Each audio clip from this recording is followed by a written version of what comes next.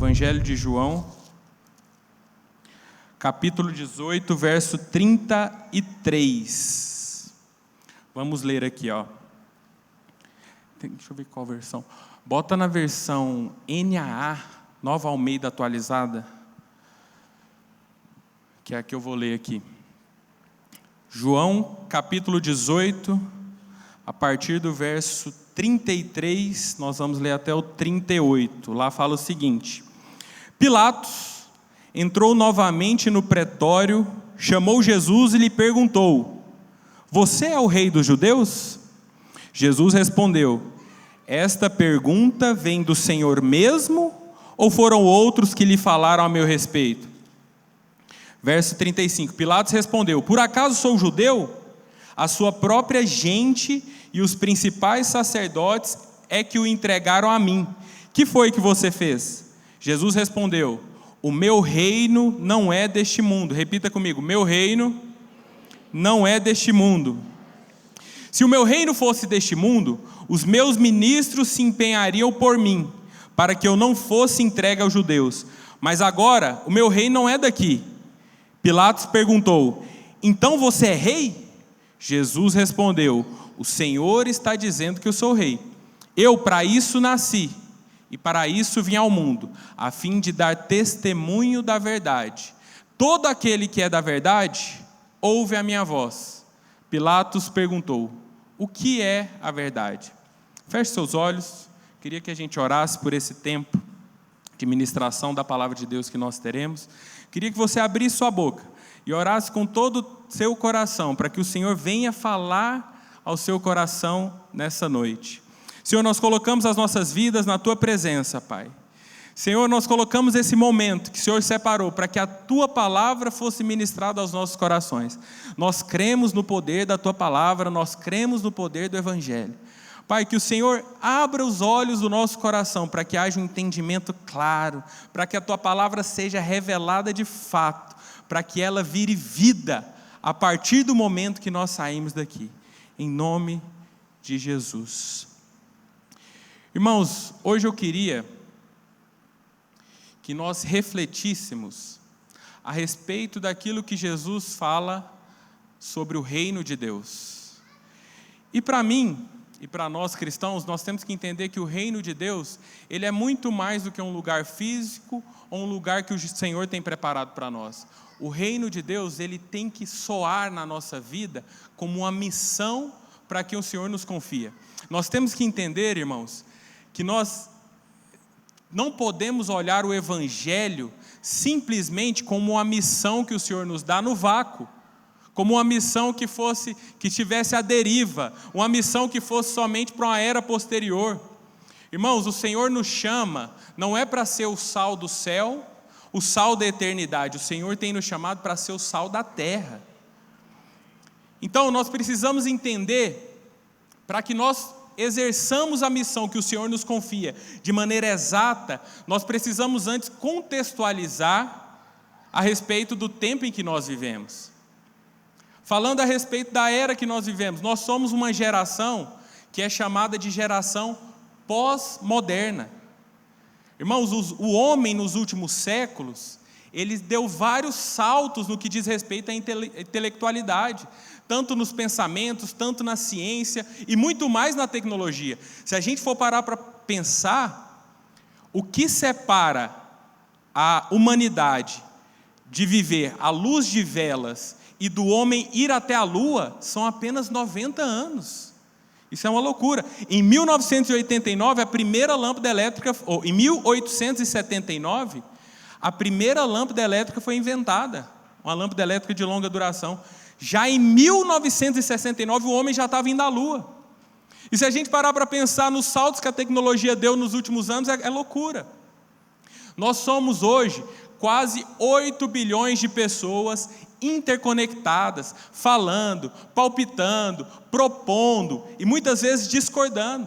Os nossos smartphones, eles têm processadores hoje mais potentes do que aquela nave que levou o homem à lua em 1969.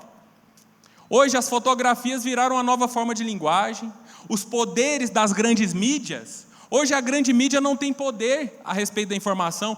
O poder das grandes mídias foram fatiados. Qualquer pessoa agora, como nós estamos fazendo aqui, pode entrar ao vivo. Nós estamos transmitindo nosso culto ao vivo, tudo isso graças à tecnologia. Os indivíduos, nós nos tornamos produtores e distribuidores do nosso próprio conteúdo. Ou seja, nós vivemos em um tempo de hiperabundância de informações. Nós vivemos uma geração que está sendo ultraalimentada com informações. Nós vivemos uma geração que pode ser chamada, que está sendo chamada de obesa, de tanta informação, de tudo aquilo que a geração tem recebido. Só que, como essa geração não tem sido preparada para isso, não tem sido fundamentada, aí nós caímos no grande problema que nós vivemos hoje, que é as incoerências, que são as inconstâncias, que são a falta de propósito, a falta de senso, a falta de noção do porquê eu vivo, para onde eu vou. Tudo isso permeia a nossa geração. Um exemplo que eu gosto de dar, um retrato, que eu estava comentando esses dias com a minha esposa a respeito dessa geração, dessa juventude, dessa nossa geração que a gente vive, é uma geração tão incoerente que esses dias eu vi uma pichação na rua, assim, ó, escrito: eu odeio pichação.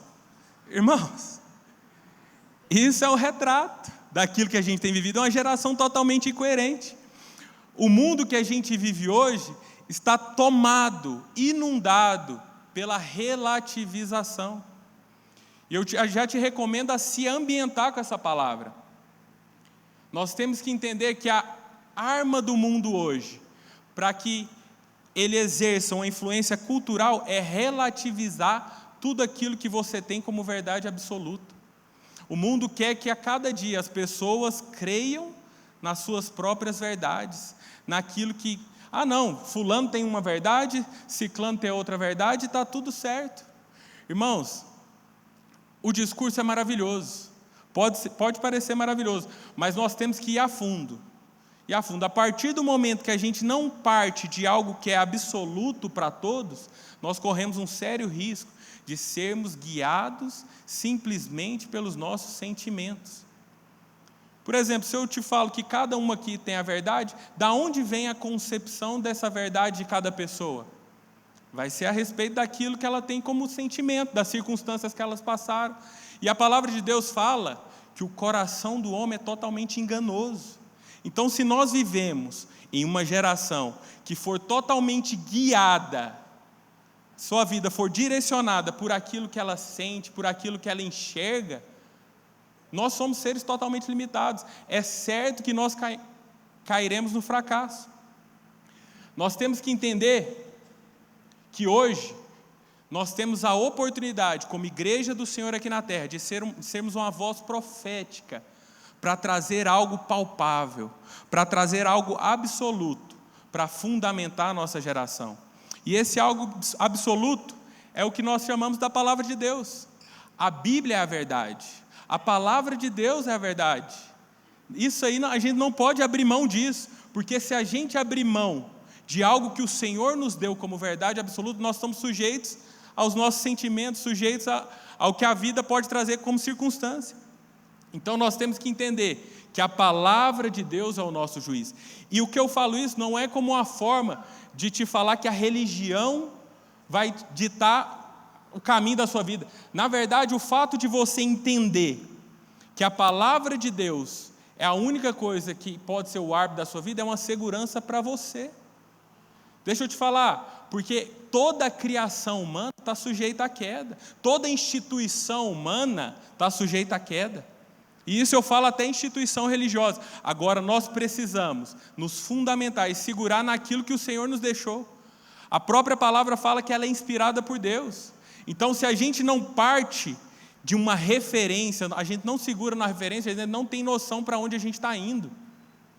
Faz um exercício aqui comigo, pensa comigo. Se você está no mais profundo mar, você não consegue ver a borda e não consegue ver o fundo. Como que você sabe que está nadando para cima ou para baixo? O que você precisa? De uma referência. Se na sua vida não existe nenhuma referência, você não sabe para que lado você está indo, você está perdido. Então nós precisamos a cada dia nos lembrar que a referência da nossa existência é a palavra de Deus. E eu falo isso, e dou bastante ênfase nisso, porque essa é a maior arma que nós podemos utilizar na geração perdida em que nós vivemos. Uma geração cheia de falsas narrativas, falsas ideologias. O que nós temos de arma para usar contra essa narrativa? É simplesmente a fundamentação da palavra. Eu tenho a convicção que um dos moveres da igreja nesses últimos dias será o ensino. O crescimento, o nosso crescimento, ele precisa de uma base. E o ensino é o que nos dá essa base. Esses dias eu estava até comentando com Paulo César. Em nome de Jesus, a partir do 2º semestre, nós daremos início aos cursos aqui na nossa igreja. Irmãos, nós precisamos de uma geração fundamentada na palavra. Uma geração que não é simplesmente levada por qualquer tipo de emoção. Uma geração que consegue discernir as coisas. Irmãos, nós como evangélicos, eu vou falar um pouco para frente, mas nós somos muito bons em nos separar de tudo aquilo que é mundo. Nós somos muito bons, mas nós somos ainda falhos em influenciar o mundo lá fora. E nós só vamos conseguir ser uma influência de fato relevante se nós estivermos fundamentados naquilo que é a verdade absoluta que o Senhor deixou para nós. Amém? Então, se a gente não tiver um fundamento bíblico, nós corremos um enorme risco de que todo esse mover que nós estamos vendo acontecer vire um movimento. E depois que virar um movimento, se transforme em um monumento, que é o que tem acontecido em milhares de lugares onde o avivamento passou, mas por não ter uma fundamentação, uma sequência, hoje igrejas que foram relevantes em determinadas partes da história se tornaram monumentos, em estruturas físicas que hoje não caracterizam e nem evidenciam a presença de um avivamento. Se nós não nos zelarmos para que construamos acima de uma base sólida e consistente na palavra, os nossos líderes serão apenas engenheiros dos seus próprios impérios. Deixa eu te falar algo, irmãos. O que eu quero com essa reflexão é que nós entendamos que a nossa geração e a nossa geração de brasileiros está cansada de um cristianismo nominal no Brasil. Nós vivemos em um país que é nominalmente cristão. Vou te dar um exemplo. Nós temos a maior cidade do Brasil, chama São Paulo. A capital da Bahia chama Salvador. A capital do Pará chama Belém. Qual que é o maior monumento que é visitado no mundo inteiro? É o Cristo Redentor. Irmãos, nós vivemos em um país que é nominalmente cristão. Irmãos, só no Brasil que é possível ver uma notícia como essa que eu vi hoje, que eu estava pesquisando. Em 2019, tinha um traficante chamado Capeta. E o headline da notícia, assim, ó, o título da notícia, estava escrito assim, ó: Capeta é preso no Espírito Santo. Irmãos, é só no Brasil que essa notícia pode ser dada. Isso é uma notícia de 2019, você pode procurar aí que existe. Então nós vivemos em um país que é nominalmente cristão. E assim, por um lado, nós entendemos que os nossos antecessores, os pais da igreja, os primeiros missionários que vieram ao Brasil, fizeram um trabalho incrível evangelizando o nosso país, mas ficou um buraco, porque a nossa geração vai de mal a pior. Hoje as nossas liberdades estão a cada dia mais restritas. Hoje a cada dia o evangelho é mal falado. Hoje nós não temos de fato uma transformação oriunda dessa versão nominalmente cristã. Aqueles que se dizem cristãos, se você vê no dia a dia, nem parece. Aonde que nós erramos? Aonde faltou algo? No meu entendimento, eu queria compartilhar justamente a respeito disso. Porque nós precisamos entender que a obra de Deus ela é contínua na sua vida. A obra de Deus, ela não pode parar na sua salvação. O Senhor, Ele te dá propósito. O Senhor nos chama para discipular. O Senhor nos chama para formar cultura.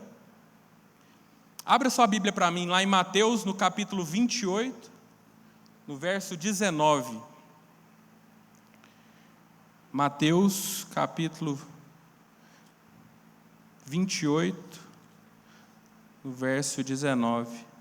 Queria incentivar os irmãos, sei que parece estar meio fora de moda, mas venha comigo, eu estou trazendo a Bíblia, irmãos, vamos trazer juntos. Eu acho que é maravilhoso. Esses dias eu visitei uma igreja, e uma igreja mais tradicional, e aí quando pedia para abrir, eu escutava os barulhos das páginas da Bíblia, eu falei, nossa, quantos anos que eu não escuto esse barulho. Então eu queria te incentivar, muito em breve nós teremos Bíblias também ali na nossa lojinha. Mateus capítulo 28, verso 19, lá fala o seguinte: portanto, vão e façam discípulos de todas as nações, batizando-os em nome do Pai, do Filho e do Espírito Santo, ensinando-os, fala comigo, ensinando-os a obedecer a tudo que eu ordenei a vocês, e eu estarei sempre com vocês até o fim dos tempos. Irmãos, você vê que não para no evangelismo, continua no ensino e no discipulado. Nós temos que entender que o plano do Senhor é simplesmente colonizar a terra com o reino dos céus. Essa é a missão que o Senhor tem para nós. E quando eu falo colonização, não é como os grandes navegadores do passado que tinham como objetivo simplesmente uma dominação voraz em busca de recursos econômicos. É uma colonização para a implantação do reino mais justo e mais fiel que poderia existir na terra. É unanimidade. Isso você pode falar do crente ao ateu, que o que Jesus propõe como modelo de reino é o que de melhor poderia acontecer na nossa existência. Então, partindo disso, nós entendemos que o Senhor nos chama para ser a solução desse mundo caído. Irmão, saiba que a sua missão, ela não acabou na sua salvação. Muitas vezes nós vivemos em uma geração em que o caminhar cristão, ele segue geralmente essas etapas. Pessoa sem Deus, ela está na sua casa, está passando por problemas, está passando por situações, e tem aquela velho chavão, né, que o pessoal fala, ou você vem a Cristo pela dor ou pelo amor. De verdade, eu nunca vi ninguém vir simplesmente pelo amor. Um dia eu acordei amando a Deus.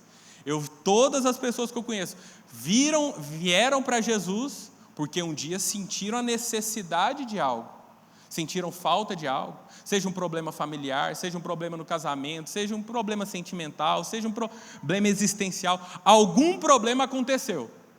E essa pessoa falou, não, eu tenho que buscar uma solução, vou buscar Jesus, vou para a igreja. E aí o que acontece?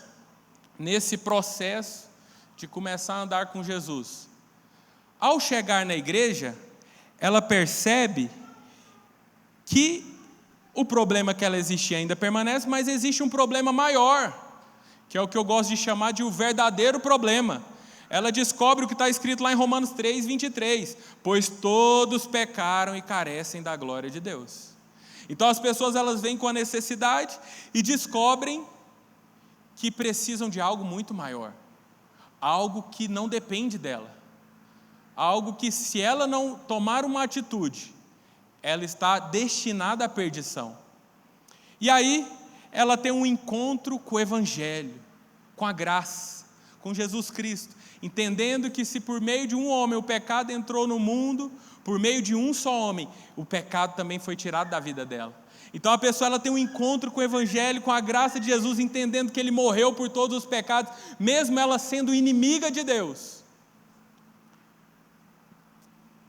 E aí ela é impactada por essa tamanha graça e maravilha que o Senhor preparou para ela. E aí eu percebo que muitos param por aí e começam a andar no caminho da religiosidade, começam a andar no caminho de simplesmente, não, eu vou ir lá todo domingo, quando eu estiver precisando de algo.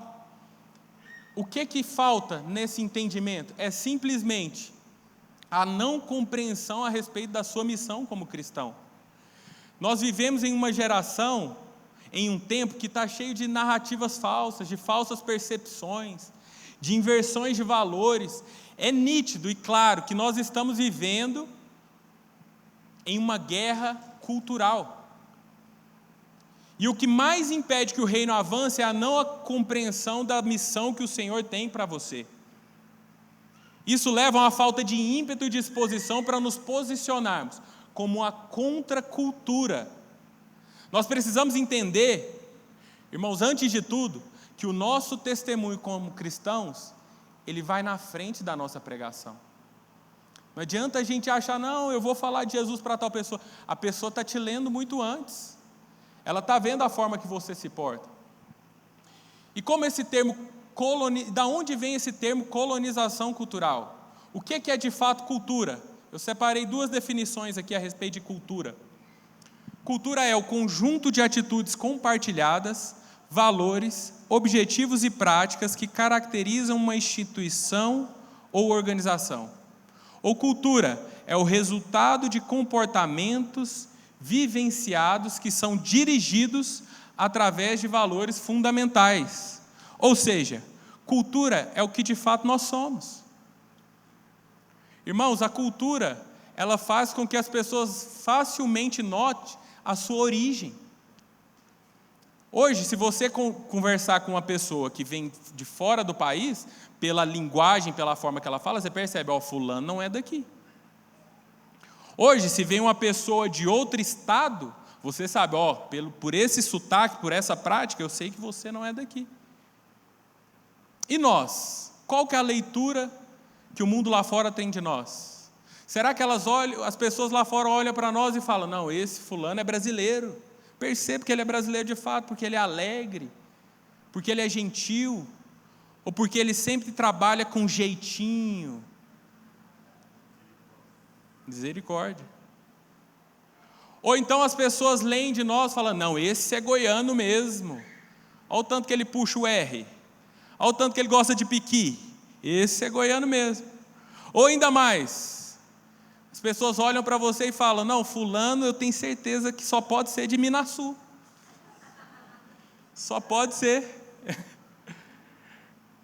Ou ainda mais, ou às vezes o Senhor nos proporciona experiências em que você, de alguma maneira, pode ser usado por Ele, e as pessoas olham e falam, olha, fulano não existe, ele só pode ter vindo do céu. Irmãos, o Senhor nos chama para que nós façamos a diferença, para que a nossa missão não acabe naquilo que nós chamamos de simplesmente a convicção da nossa salvação. O plano infalível de Deus é encher uma cidade celestial com amigos, com antigos inimigos, que por meio de nascerem de novo se tornam irmãos. Irmãos, eu quero te falar que a partir do momento que você nasce de novo, você recebe uma nova cidadania. Em Cristo nós não temos mais nacionalidade.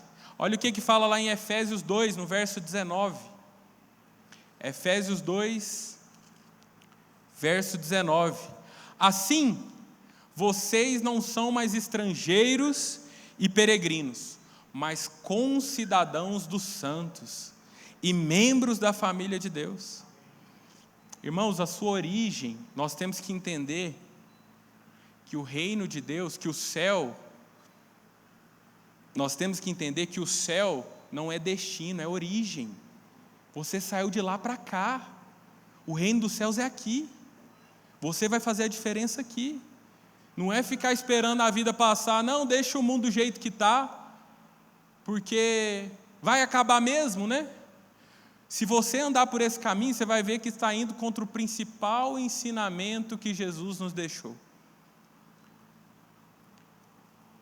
Partindo para o desenvolvimento, eu quero que você entenda que a nossa vida cristã não é simplesmente sobre conhecer o Evangelho, é sobre devorá-lo.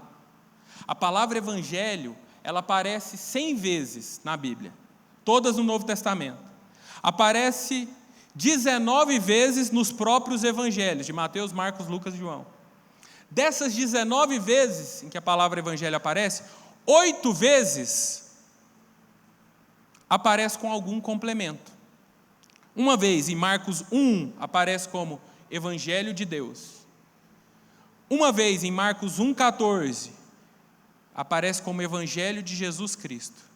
E 6 vezes, na grande maioria, através da boca de Jesus, é retratado como o Evangelho do Reino.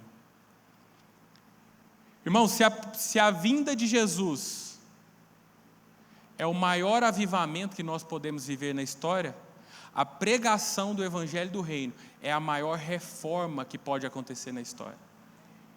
Nós temos que entender que o avivamento ele vem junto com a reforma. Nunca vem só o avivamento e nunca vem só a reforma. O avivamento ele vem junto com a reforma. Se Deus levanta um povo, é para que aquele povo se levante e revolucione o mundo, o lugar em que ele foi plantado.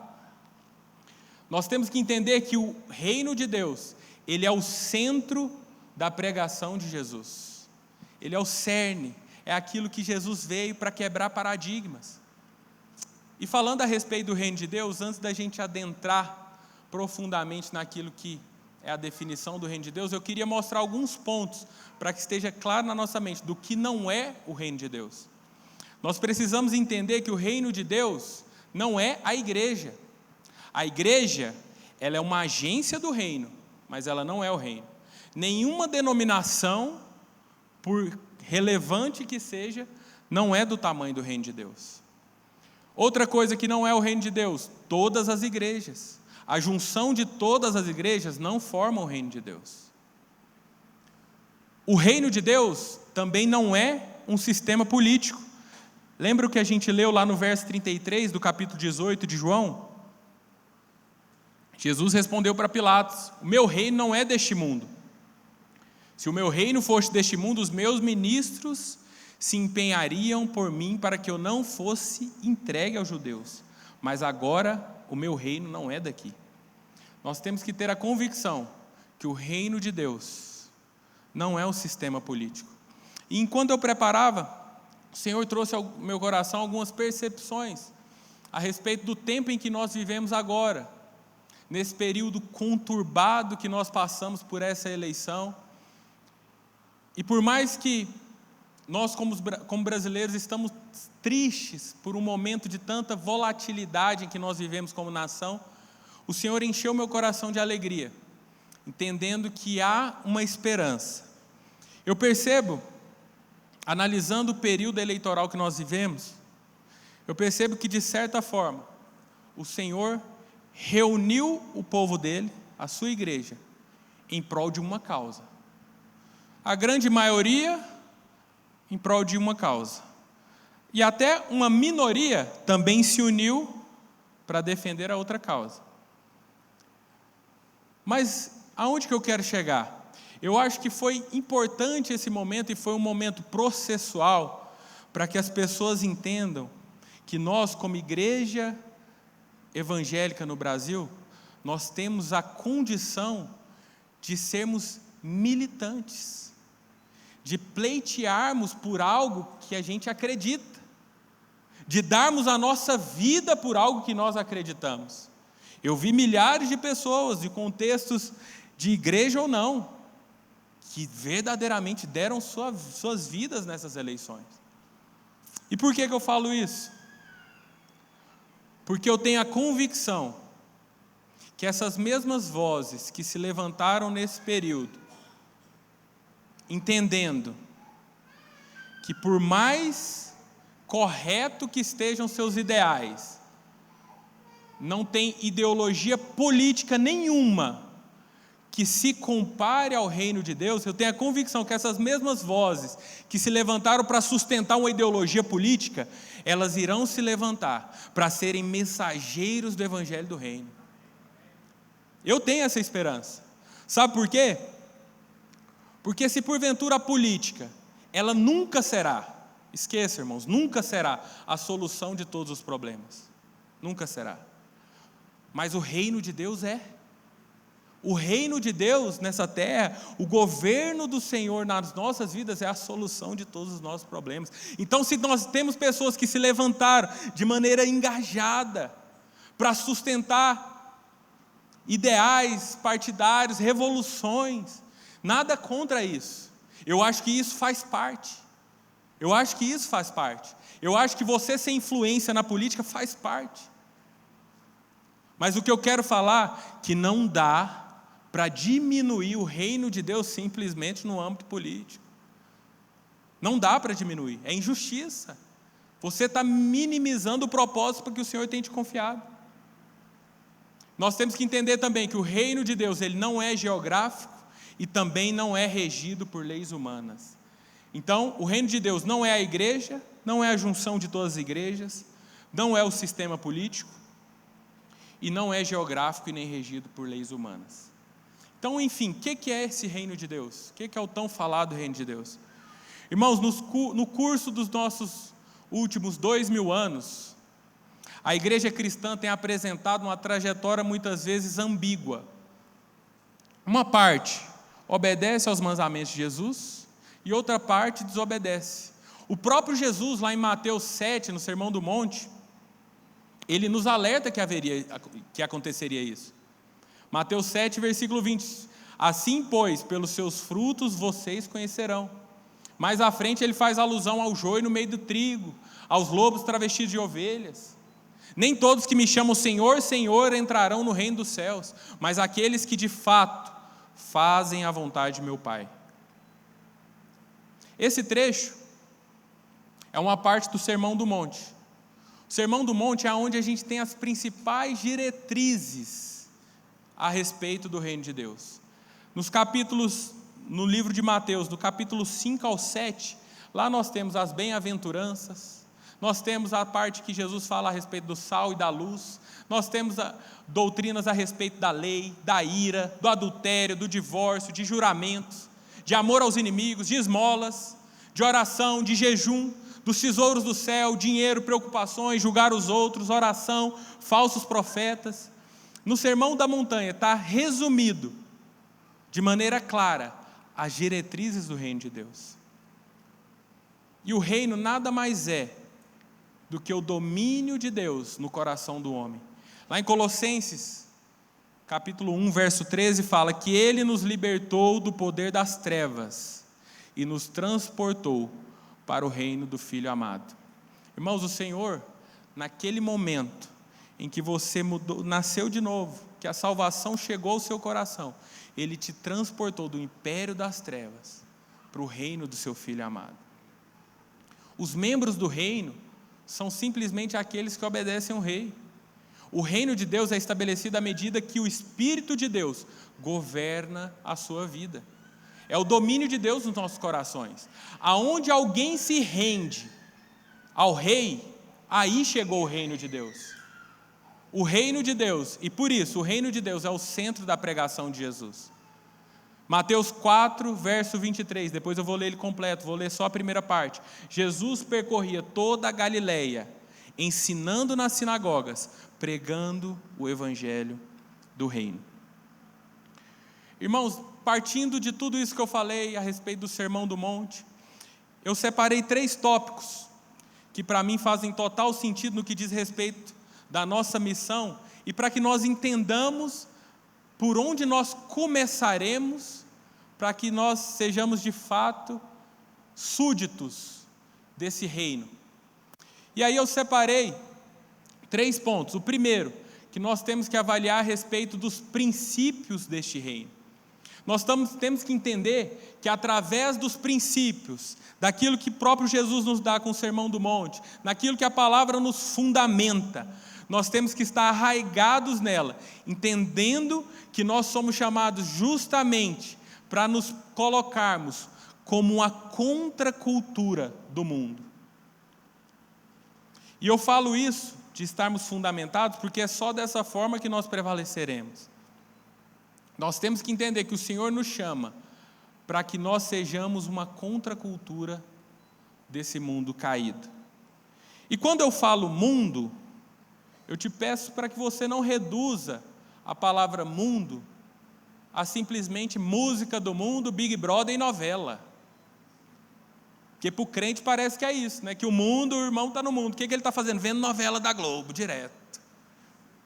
Ah não, se vê da Record pode. Ah, não, fulano está viciado lá na novela e tal. Mas, não, se ele visse série, pode. Se ele vê aquela série que tem 20 temporadas, está tudo certo. Irmãos, a cultura do mundo é muito maior do que simplesmente uma expressão artística lá fora. Sabe o que eu acho? Eu tenho a convicção que o diabo usa dessas estratégias para iludir o povo de Deus. Para falar, eu não escuto música do mundo, então eu estou livre da cultura do mundo. Pelo amor de Deus, você é alimentado o tempo todo.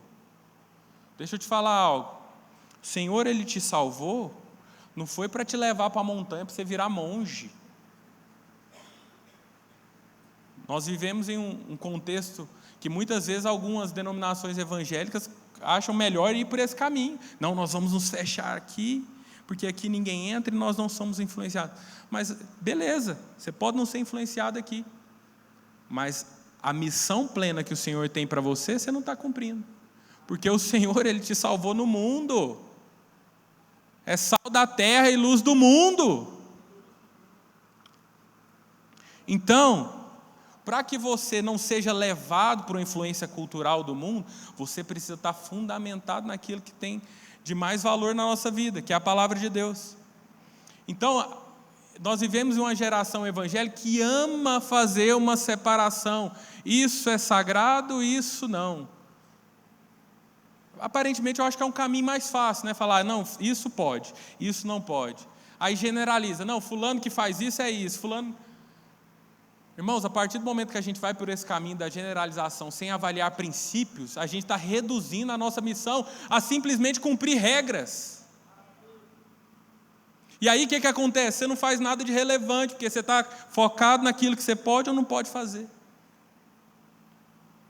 Deixa eu te falar algo, não existe nenhuma criação humana que pode ser chamada como sagrada. Toda criação humana está sob a influência da queda. Sagrada é a palavra dele, sagrado é Jesus. Toda a criação humana está sob a influência da queda e está sobre a cultura do mundo. Mas até a música gospel. Irmãos, o que tem de música gospel aí que falam de vingança? Você acha que vingança é influência do quê? Você acha que é influência cultural da onde?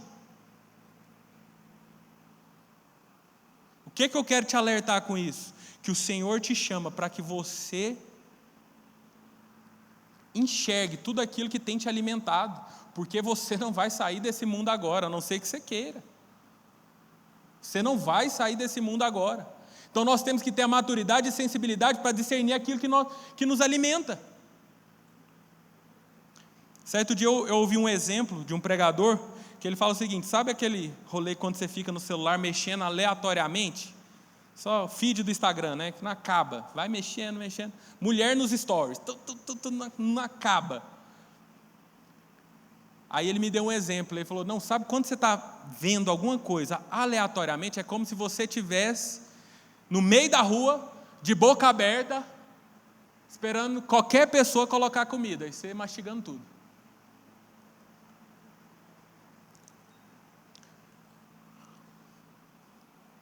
Quem aqui ficaria assim na rua? Por que às vezes a gente fica assim na televisão, no celular? O Senhor nos chama para que nós entendamos e vivamos por princípios e não por regras. O Senhor quer que nós estejamos fundamentados na palavra dEle. Tudo é uma questão de lente, tudo é uma questão de cosmovisão, é a forma que você enxerga o mundo. Você tem que ficar sempre alerta. Você tem que consumir, se você for consumir, naturalmente a gente vai consumir qualquer tipo de entretenimento. Você tem que consumir de uma forma ativa, não de uma forma passiva. Você vai assistir um filme, vai ter um tempo, um momento de comunhão, sei lá, assiste o filme de maneira ativa. Que princípio que eu posso tirar daqui? Que princípio que eu vejo que não é de Deus? Assista as coisas de maneira ativa, porque tudo é influência. Nós temos que entender que a arte, ela é simplesmente uma manifestação, um retrato da sociedade. Vou te dar um outro exemplo, que pode chocar. Por exemplo, qual que é o ritmo musical que tem de maior perversão que você pode imaginar no Brasil hoje? Qual? O funk. O funk. Mas aí você já parou para avaliar que o problema, me entenda o que eu estou falando, não estou falando para você parar e escutar, porque não presta mesmo, é pura perversidão. Mas eu quero te mostrar que o fato de simplesmente de você não escutar, ou de simplesmente proibir que uma pessoa escute, não vai mudar, não vai trazer relevância. Sabe por quê? Porque aquela música, ela expressa uma realidade de uma pessoa que compôs, e expressa uma realidade de milhares de pessoas que consomem. Então, por que ao invés de nós simplesmente sairmos falando mal, a gente fala, isso eu não vou escutar, mas eu vou trabalhar para espalhar o reino de Deus, que vai alcançar essas pessoas que estão cantando, que vai alcançar. Você já pensou? Se a gente não tiver quem compõe, que não está imerso nessa realidade, e não vai ter quem consuma, que não vai estar imerso nessa realidade, essa é a solução do problema. Só que aí o crente prefere o quê? Prefere fazer um story. Não, vamos boicotar fulano, não sei o quê, porque não dá. Irmãos, isso aí não vai mudar nada, o público dele não é você. Por que ao invés de você fazer um story boicotando, você não influencia, não prega o evangelho, não discipula, não serve? Nós temos que entender que nós somos guiados por princípios. Para de tentar sistematizar o reino de Deus. Vou te trazer uma outra coisa, que às vezes você nunca parou para pensar num contexto evangélico. Mateus 6, no verso 7, Sermão do Monte. Quero fazer um momento aqui de disrupção. Mateus 6, do verso 7, fala o seguinte: e orando, não usem vãs repetições como os gentios, porque eles pensam que por muito falar serão ouvidos. Jesus, ele nos dá uma direção, certo? De como nós oramos. Nós não devemos orar por vãs repetições, e isso eu acho que é naturalmente entendível para nós, porque a partir do momento que a gente ora repetindo várias vezes, a gente nem sabe o que você está falando, você entra no automático. O ser humano, ele tem essa capacidade de entrar no automático. Já parou, já percebeu? Tem até uma brincadeira que o pessoal faz. Respira fundo agora. Você está respirando agora no manual. Presta atenção agora. Agora você está prestando atenção na sua respiração. Mas se você não prestar atenção, ela está funcionando automaticamente. Então Jesus nos mostra que a oração em vã repetição, ela não tem a sua eficácia. Só que muitas vezes a gente deixa de seguir uma direção que Ele nos dá, porque em um certo momento a igreja cristã usou essa oração em vãs repetições. No verso 9 ao 13 nós temos a oração do Pai Nosso. E tem muitos crentes que falaram, não vou, parei, não oro o Pai Nosso porque é simplesmente eu oro por uma vã repetição. Não precisa ser. Você já parou para tentar orar o Pai Nosso sem ser uma vã repetição? Que oração poderosa que não é? Queria que nós orássemos agora, queria que nós fizéssemos esse exercício. Abre lá para mim, na minha versão, para que nós oremos juntos. Na verdade, pode fechar os seus olhos. Feche seus olhos. Ore de todo o coração. Vamos orar juntos. Pai nosso que estais nos céus, santificado seja o teu nome. Venha o teu reino. Seja feita a tua vontade, assim na terra como no céu. O pão nosso de cada dia nos dá hoje, e perdoa-nos as nossas dívidas, assim como nós também perdoamos aos nossos devedores. E não nos deixeis cair em tentação, mas livra-nos do mal, pois teu é o reino, poder e a glória para sempre. Amém. Olha que oração poderosa, irmãos, eu arrepio. E muitas vezes, por simplesmente uma visão religiosa, nós deixamos de entender princípios que o Senhor nos mostra. E a oração do Pai Nosso é clara. O centro da oração do Pai Nosso é o reino de Deus. Venha o teu reino, seja feita a tua vontade, assim na terra como no céu, pois teu é o reino, o poder e a glória. Irmãos, nós precisamos entender que o Senhor nos chama para cá, para esta terra. Nós precisamos sair no mundo lá fora, com as lentes do reino, com as lentes do Evangelho, enxergar as coisas como realmente são. Trouxe um outro trecho, agora eu trouxe um trecho de um poema, e eu quero que você faça esse exercício comigo, enxergue esse poema, com as lentes do reino. Esse poema é de uma poetisa goiana. Olha o que ela fala: não sei se a vida é curta ou longa demais para nós, mas sei que nada do que vivemos tem sentido, se não tocarmos o coração das pessoas. Muitas vezes basta ser colo que acolhe, braço que envolve, palavra que conforta, silêncio que respeita, alegria que contagia, lágrima que corre, olhar que sacia, amor que promove. E isso não é coisa de outro mundo, é o que dá sentido à vida. Saber viver, de Cora Coralina. Irmãos, quando eu li essa poesia, quando eu preparava a palavra, eu falava: irmão, olha aí, olha o Evangelho sendo descrito, olha aspectos da criação. E eu falo isso num mero poema, mas eu quero que você use sempre esse exercício, essa lente, para enxergar toda a influência cultural que você recebe lá fora.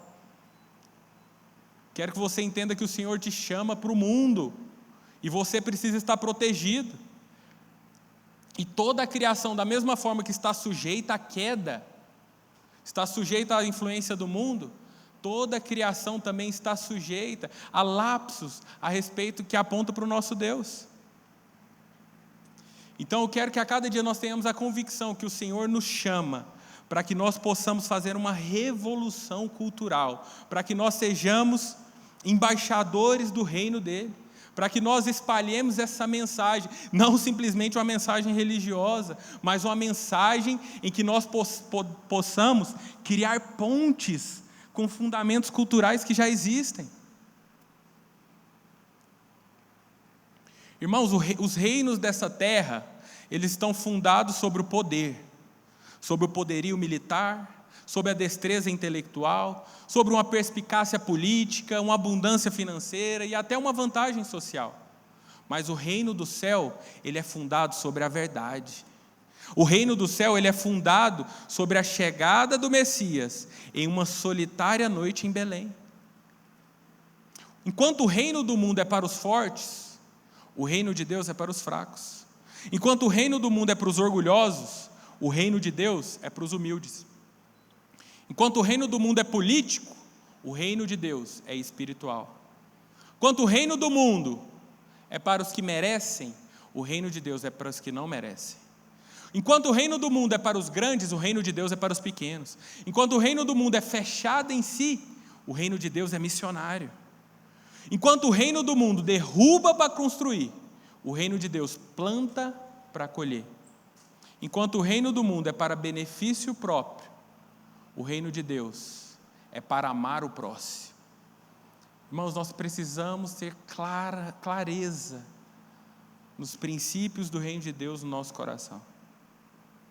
Entendendo que a partir dessa clareza dos princípios, essa clareza vai trazer uma mudança comportamental. Mateus capítulo 5, verso 16. Olha comigo. Assim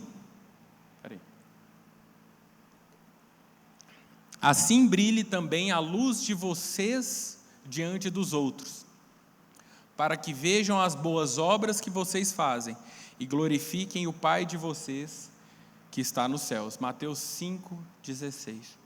Irmãos, o Senhor nos chama para as boas obras. O Senhor nos salva para as boas obras. Nós temos a missão, a partir do momento que o Senhor nos salva, que nós somos chamados de cristãos, de pequenos cristos, nós temos a responsabilidade de glorificar o nosso Pai no céu com as nossas atitudes. Não cabe a nós mais andarmos por caminhos ilícitos. Não cabe a nós mais uma falta de caráter. Irmãos, preste atenção, nós vivemos em contexto que as pessoas amam ter uma vida dupla. Eu sou assim na igreja, mas durante o trabalho eu tenho minha vida secular. Mentira do diabo. O Senhor te chama para uma vida integral. O reino de Deus tem que ser integral na sua vida. Se a gente entende que o reino de Deus é simplesmente uma obediência ao Senhor, que sentido faz? Eu obedeço ao Senhor na igreja e não obedeço durante os dias da semana?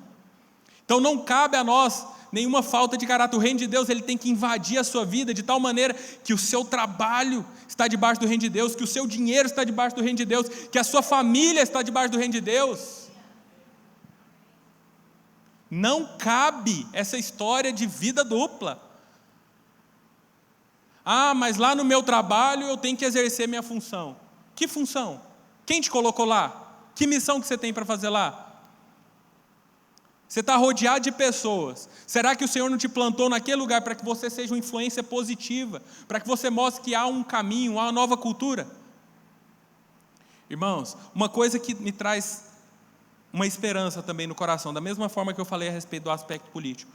Porque eu tenho a convicção que por mais que a gente fique triste, entendendo que o mundo vai de mal a pior, mas eu tenho a convicção que Deus tem levantado um povo que vai expressar o reino de Deus de tal forma que estruturas serão abaladas. E eu falo isso porque será facilmente notado, porque o mundo vai de mal a pior. Irmãos, nós vivemos uma geração que uma simples gentileza causa susto. Fulano achou, direto, quantas vezes no ano não tem a reportagem? Fulano achou R$1.000 na rua e devolveu. Vira notícia de jornal. Era para ser normal, não é dele. E por outro lado a gente vê fulano falando, achei R$100 na rua, obrigado Jesus. Misericórdia. Nós temos que entender que a partir do momento que a gente ajusta o nosso comportamento, o reino de Deus constrange as pessoas. Ontem eu estava vendo um pastor falando a respeito de um fato que aconteceu nos Estados Unidos. Acho que no YouTube tem o julgamento de um serial killer, que é o chamado de assassino de Green River, que ele matou mais de 40 mulheres, o assassino de Green River. E aí, lá no julgamento, lá nos Estados Unidos, tem um certo momento em que as famílias lesadas têm a oportunidade de falar cara a cara com o assassino. E aí mostra, pessoa por pessoa. E aí tem de diversos tipos. Você tem aqueles que chegam, espumam o canto da boca e falam, você vai morrer, eu espero que você morra o mais em breve possível. Outros que usam até a Bíblia e falam, eu espero que você queime no inferno, que o diabo te pique todos os dias.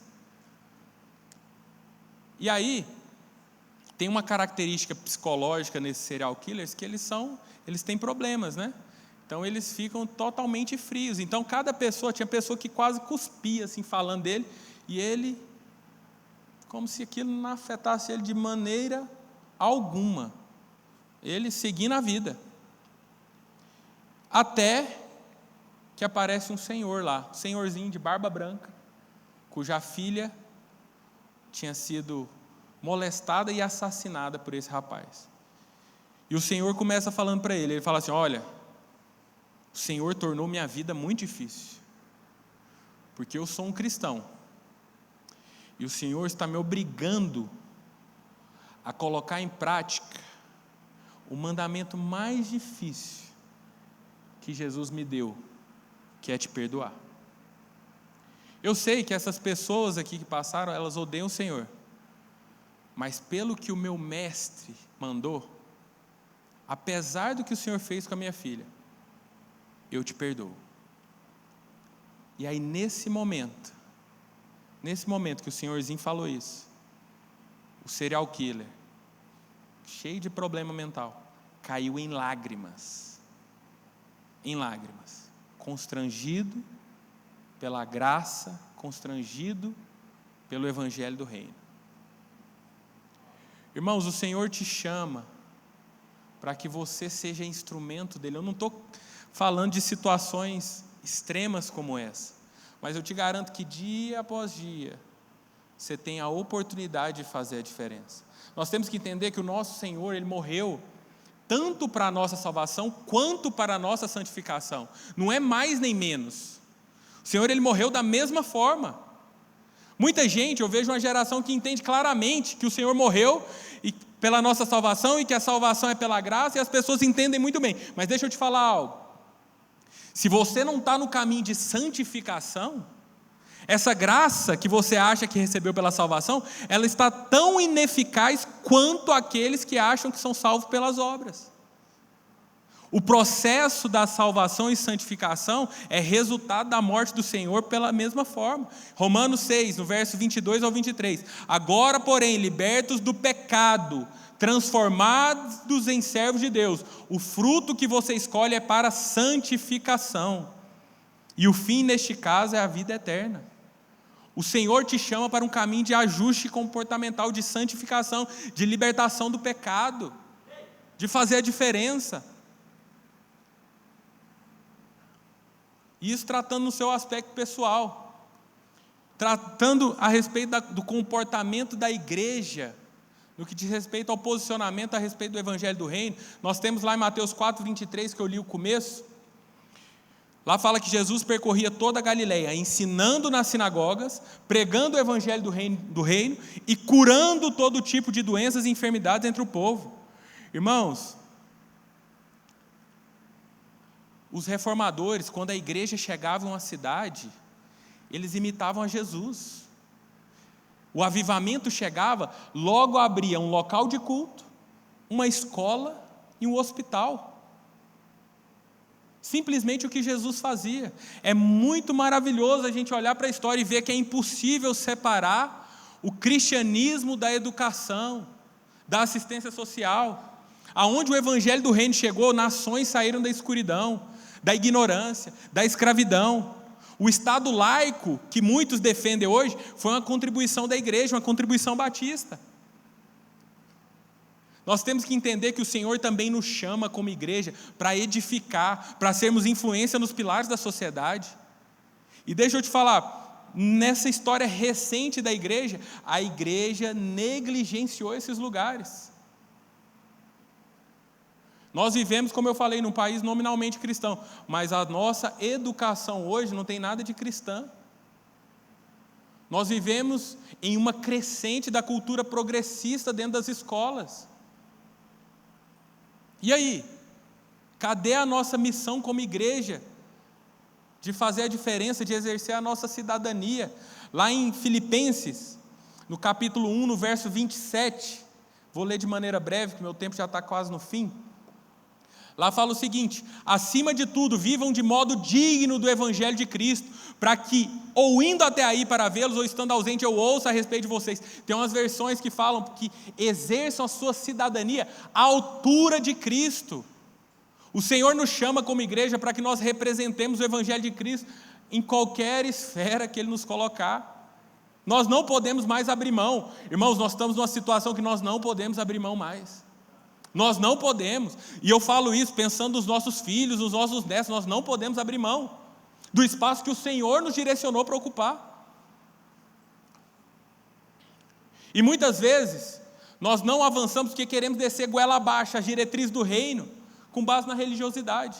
Irmãos, nós temos que entender que a religiosidade, ela nos leva a um caminho para que nós recebamos uma recompensa por aquilo que nós fazemos, mas nós temos que andar pelo caminho da verdadeira espiritualidade, que entende que a maior recompensa que a gente poderia ter obtido, o Senhor já nos deu, e nós temos a oportunidade de vivermos em comunidade, nos relacionar com o nosso Senhor, a fim de buscarmos sermos pessoas melhores para o mundo que Ele nos plantou.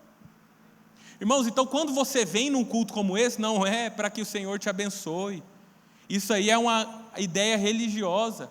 Venha para cá para que o Senhor te transforme. Para que você seja o melhor na sua casa, para que você seja o melhor marido, o melhor pai, o melhor funcionário, o melhor empresário. O Senhor está ansiando por isso, para que a cada dia o reino de Deus seja estabelecido. Partindo para o final, eu queria chamar a equipe, o time de adoração. E nós temos que entender, irmãos, que essa verdadeira espiritualidade, ela vem de uma cultura bem estabelecida.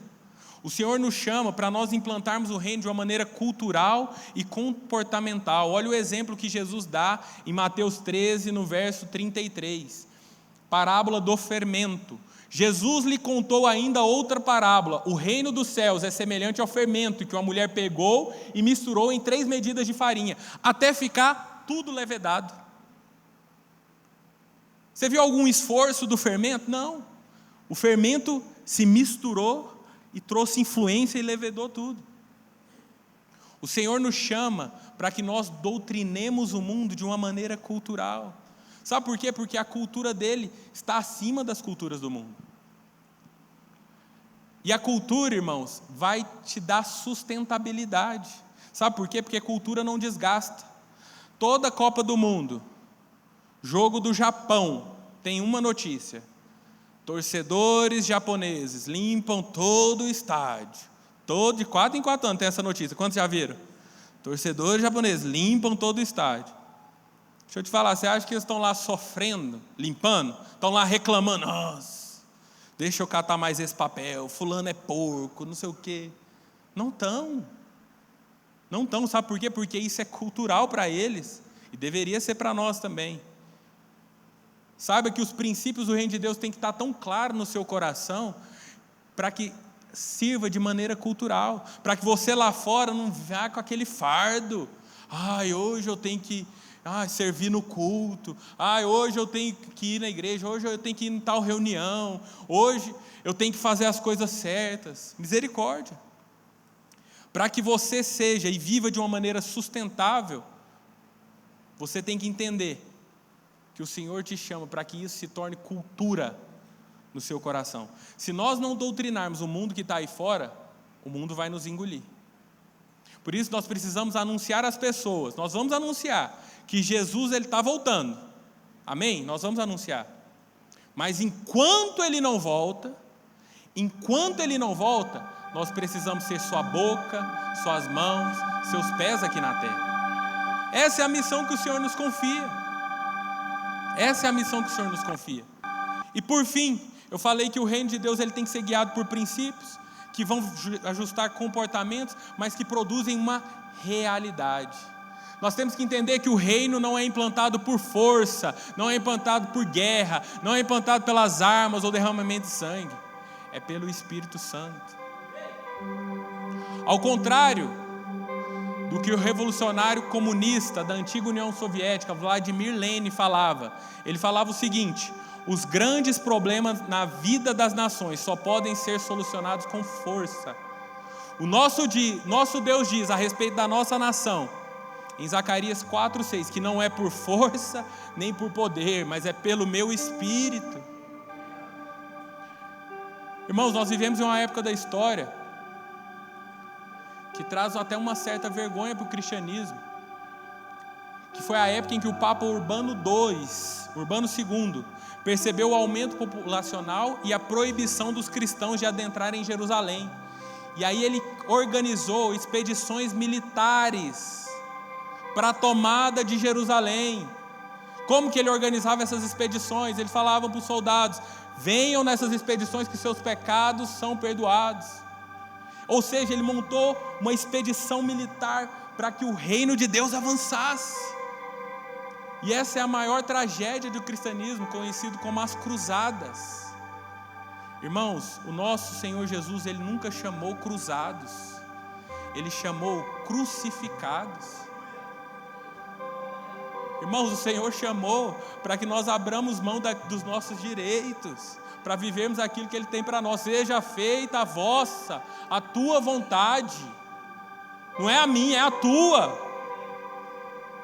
Irmãos, se uma igreja ela quer se impor demais fisicamente, doutrinariamente, impositivamente, é porque está faltando poder espiritual. Nós temos que entender que a nossa realidade é extremamente oposta à que o mundo prega. Em Mateus 19,14, Jesus diz: deixe os pequeninos e não impeçam de vir a mim, porque dos tais é o reino dos céus. Por que Jesus compara o reino dos céus com as crianças? Será porque as crianças são plenamente alegres, são felizes, inocentes? Eu acredito que faça parte de tudo isso. Mas por que essas crianças são inocentes, alegres? Simplesmente pelas percepções de mundo, que muitas vezes são mais fiéis do que a que nós deveríamos, porque nós deveríamos ter elas. Por que as crianças são plenamente alegres, independente da circunstância que ela vive? Porque ela tem um senso de completa dependência. O Senhor nos chama para um caminho de dependência. O mundo lá fora está falando, você precisa ser o mais independente possível, que aí você vai ficar feliz. Primeiro, se você for o mais independente possível, você vai ficar sozinho, porque qualquer relacionamento exige uma dependência. Mas aí, por que o Senhor nos chama para uma completa dependência dEle? É o último exemplo que eu quero dar. O Senhor, Ele é maior que toda a existência, Ele é maior que todas as coisas, Ele está acima de tempo, espaço e matéria.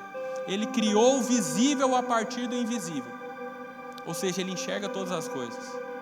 Nós temos que entender a nossa limitação de visão. Vou trazer até um argumento científico para você. Você acha que está enxergando muito bem tudo, né? Tem uns que usam óculos, tem outros que não. Mas deixa eu te falar, a parte do universo, não falo só do espaço, mas até do contexto que você vive, ela é ínfima. Nosso olho é capaz de captar só um trecho de frequências. Você logo vai entender os nomes. Nós enxergamos do vermelho ao violeta. Então, o que é infravermelho, tudo que é infravermelho a gente não enxerga. E tudo que é ultravioleta, a gente também não enxerga. Irmãos, a criação está cheia de muitas coisas que a gente não tem noção, que a gente não enxerga. Mas nós, na nossa arrogância, achamos que entendemos alguma coisa. E é por isso que o Senhor nos dá a oportunidade de vivermos na dependência daquele que enxerga todas as coisas. Se você for guiado por qualquer doutrina, ideologia, religião humana, é um cego guiando outro cego. Uma hora vai cair no abismo. Mas a partir do momento que você fala, Senhor, olha por mim, Senhor, seja os meus olhos, eu quero ir aonde o Senhor me leva. Irmãos, nós não temos a convicção de tudo que existe. Nós enxergamos muito pouco a respeito da criação de Deus.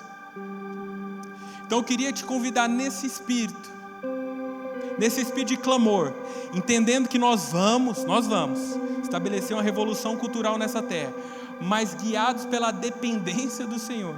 Eu queria que você ficasse de pé no seu lugar. Queria que você fechasse seus olhos. E mediante tudo isso que nós refletimos hoje, tudo isso que foi falado,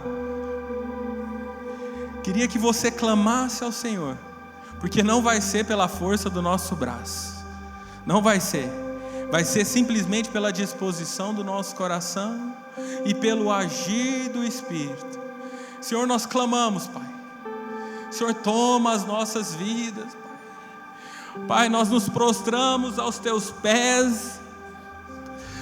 Nós queremos ser representantes do Teu reino, Pai.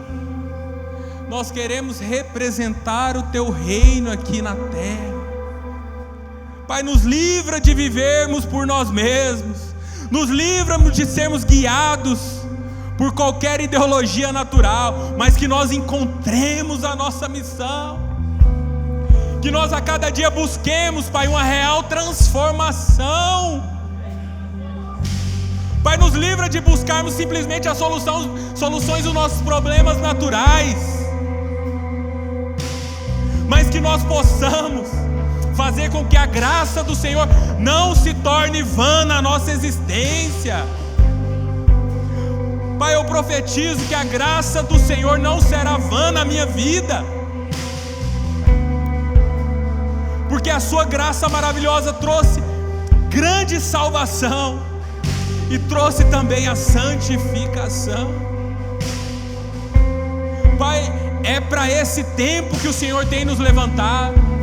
Senhor, nós profetizamos que nós seremos instrumentos de Deus na nossa casa, no nosso trabalho, nas escolas, nas universidades, em Judeia, na Samaria, nos confins da terra.